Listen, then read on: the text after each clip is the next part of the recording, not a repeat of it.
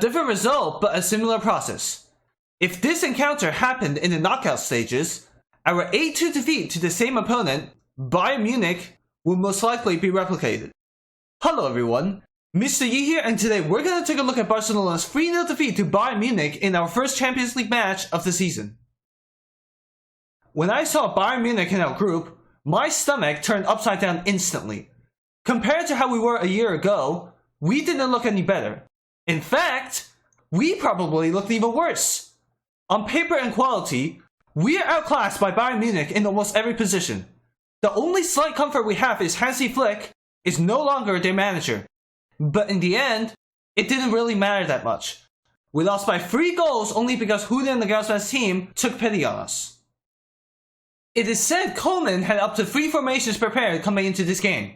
He eventually chose a 3-1-4-2 formation with Eric Garcia, Piqué, and Araujo forming the back 3. Busquets, Pedri, and De Jong made up the usual midfield. Alba and Roberto filled in the wing backs. Whilst Depay and our new arrival, Luke De Jong, were the 2 forwards up front. If we can travel a couple years back in time and say this is our future lineup, I doubt anyone will believe us. Bayern Munich stuck with their 4-2-3-1 system introduced by Louis van Gaal.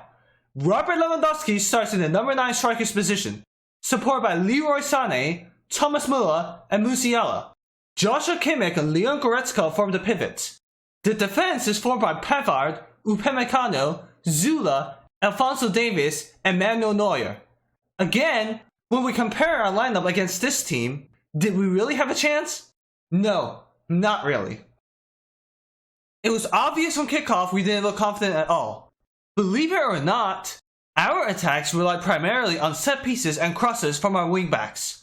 Strategies used typically by our opponents against us.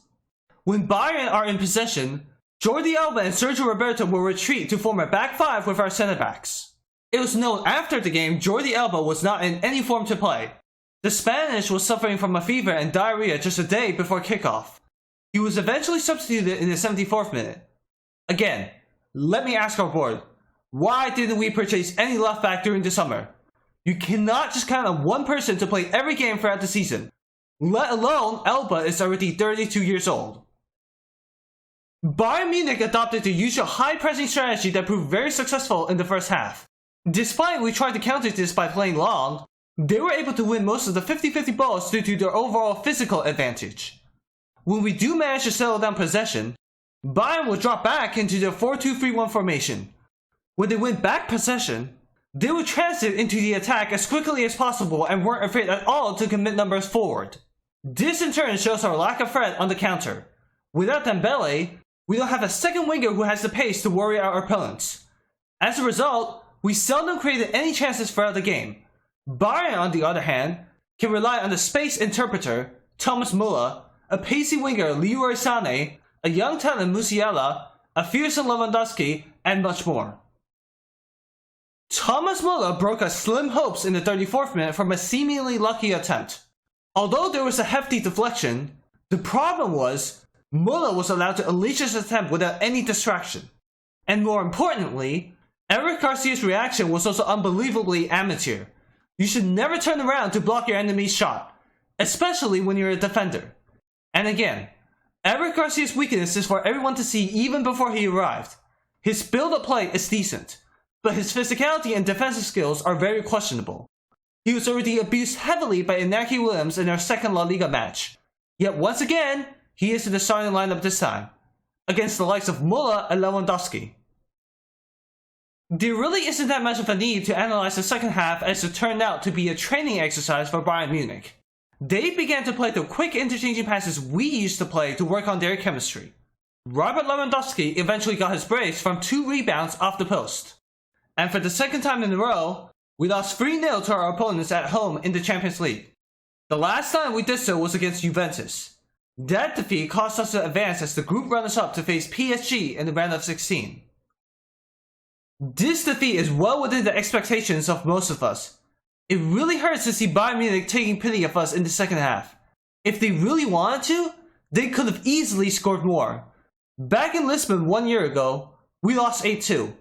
But at the very least, we were on almost equal terms with them before Ivan Perisic's goal. Today, We didn't even have a shot on target.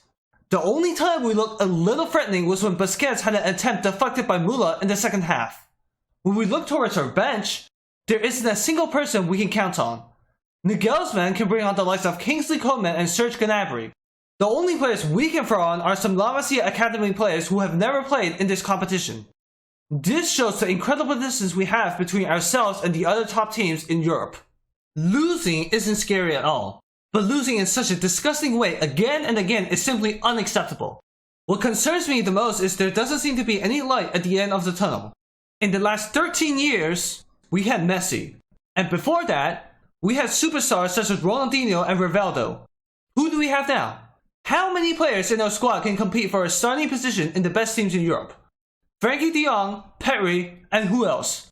Other players such as Alba and Busquets are either past their prime or simply not good enough.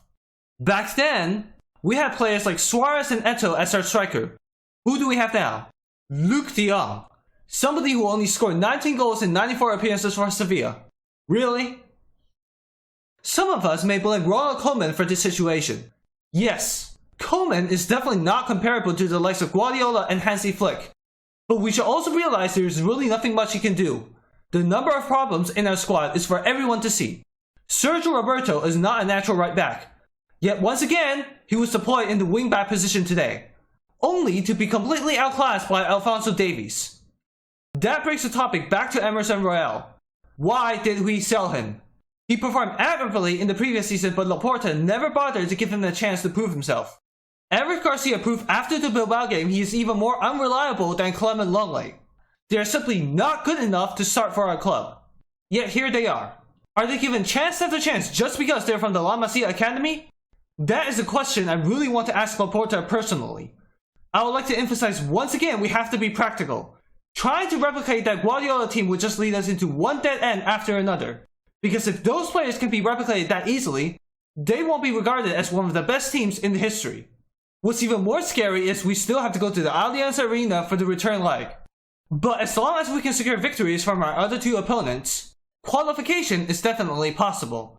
And since this is the group stage, Bayern probably won't try as hard as they would in the knockout stages. Unfortunately for us, we seem to have to rely on our opponents to show mercy to us at the moment. That hurts a lot more when everyone hates you. But all in all, we have to move on. If you want to ask me whether Koeman should be sacked, my answer will be it wouldn't make that big of a difference. Because without good enough players, even Rinus Michels or Johan Cruyff probably can't do much to adjust the situation. If Laporta continues to dream about the La Masia fantasy 12 years ago, then this defeat definitely won't be the only humiliation we have to suffer. The only expectations I have for this season is top 4 and around the 16th position in Europe. Solving our financial situation is only the first step. If you don't use the money on the correct players, you are just adding more trouble to the club. So please leave your thoughts and suggestions in the comment section down below. I'll do my best to respond and improve myself. Thank you for watching. I need you to listen, I need you to hear, and don't show